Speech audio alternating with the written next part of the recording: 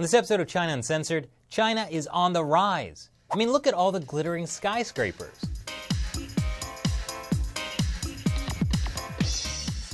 There couldn't possibly be some horrible, horrible downside.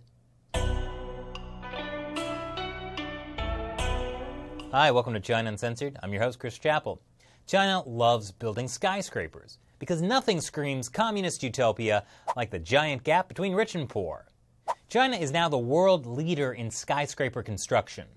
About 15 years ago, China started filling up with 10 to 30-story buildings, mostly residential, in first, second, and third-tier cities. But in recent years, skyscraper construction has gone through the roof, or the clouds, or whatever. According to the Council on Tall Buildings and Urban Habitat, China has constructed more tall buildings than any other country every year for nearly a decade. They just can't quit. And as of 2018, among the 10 tallest buildings in the world, half of them are in China. In fact, that first one, the Shanghai Tower, is second in height only to that Mission Impossible building in Dubai. It's called the Shanghai Tower, and it's located in... okay, well, the name gives it away. Any similarity to the Eye of Sauron is purely coincidental. But there's another similarity between Sauron's Tower and the Shanghai Tower. While both are impressive sights to behold at a distance, not many people actually want to rent space there. The Financial Review had called the Shanghai Tower a ghost tower with 55 vacant floors. Because less than 2 years after it was unveiled, only about 60% of the office space had been rented out. After 4 years, it's now just 80% occupied and has still failed to attract multinational companies. According to CNBC, the Shanghai Tower's rental woes reflect wider problems in China's real estate market. Just because you build it doesn't mean they will come. In cities in China, the vacancy rate will remain very high for some time, says Annie Zhang, who does office leasing for one of the agents for Shanghai Tower. But there's more at stake than just the prospect of a few real estate developers going belly up. Vikram Mansharamani, author of the book Bustology, Spotting Financial Bubbles Before They Burst, says that building very tall skyscrapers is strongly correlated with investment bubbles. He analyzed historical trends and concluded that skyscraper building is one of the most robust bubble indicators over long time periods, especially the construction of super tall skyscrapers. China already has half of the world's tallest skyscrapers and doesn't look like it's slowing down in its ambitions.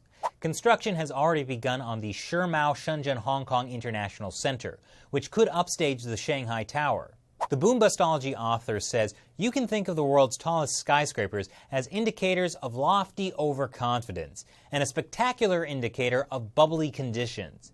And not the good kind of bubbly conditions.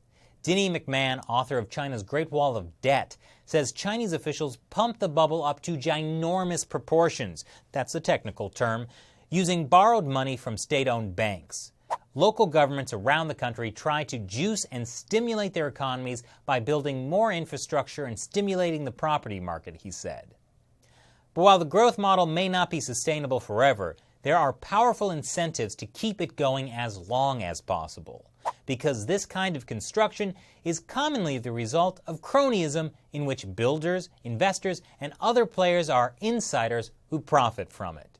And just like karaoke and Mao Tai liquor, it's a tough habit for corrupt Chinese officials to give up.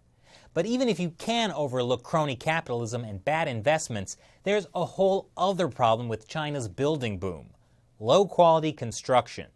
It shouldn't surprise you that the same environment famous for cheap knockoffs like Crust toothpaste, Nintendo Polystation, and of course every child's favorite toy, Robert Cop, is also home to cheap quality construction, like this building in Shenyang, where part of the building just peeled off.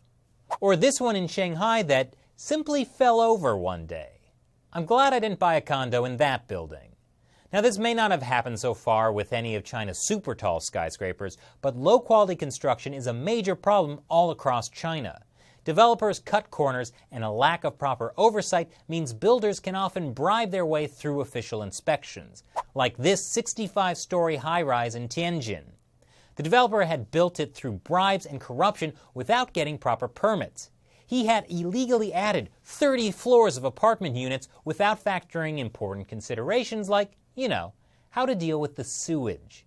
But in a crackdown during Xi Jinping's anti-corruption campaign, authorities demolished it. So okay, China is building too many skyscrapers that are often unoccupied, potentially unsafe, and frequently designed to line officials' pockets. But do they at least fuel innovation? Officials in Beijing have talked a lot about needing to move up the value chain into more technologically advanced industries. And they've said that the key to sustainable realignment of the Chinese economy is innovation. Does building technologically advanced skyscrapers help? Not if you believe CityLab. They write that skyscraper canyons found in Asia's cities can create a type of vertical sprawl that suppresses the innovation that comes from street-level interaction. CityLab says the most innovative districts in the world are older industrial neighborhoods, like Cambridge near MIT, and areas adjacent to downtown San Francisco, where there's an abundance of mid-rise historic buildings that create street-level human interaction. Well, I guess it's back to the drawing board. Too bad the Communist Party destroyed all the old neighborhoods to build new skyscrapers. So what do you think about the dark side of China's skyscraper boom? Leave your comments below. And before you go, it's time for me to answer a question from one of you who supports China Uncensored through the crowdfunding website Patreon. Timothy Paustian asks, do the Chinese have a large debt bubble? What do you think will happen when that debt bubble bursts? Good question, Timothy. Yes, China does have a little bit of debt, like around $10 trillion worth. And that's just national debt. It doesn't include an additional $6 trillion in local debt that doesn't usually get counted. Which does make me feel slightly better about my student loans. A lot of local debt goes to finance things like, skyscrapers. But in modern economies, debt doesn't necessarily mean imminent economic collapse.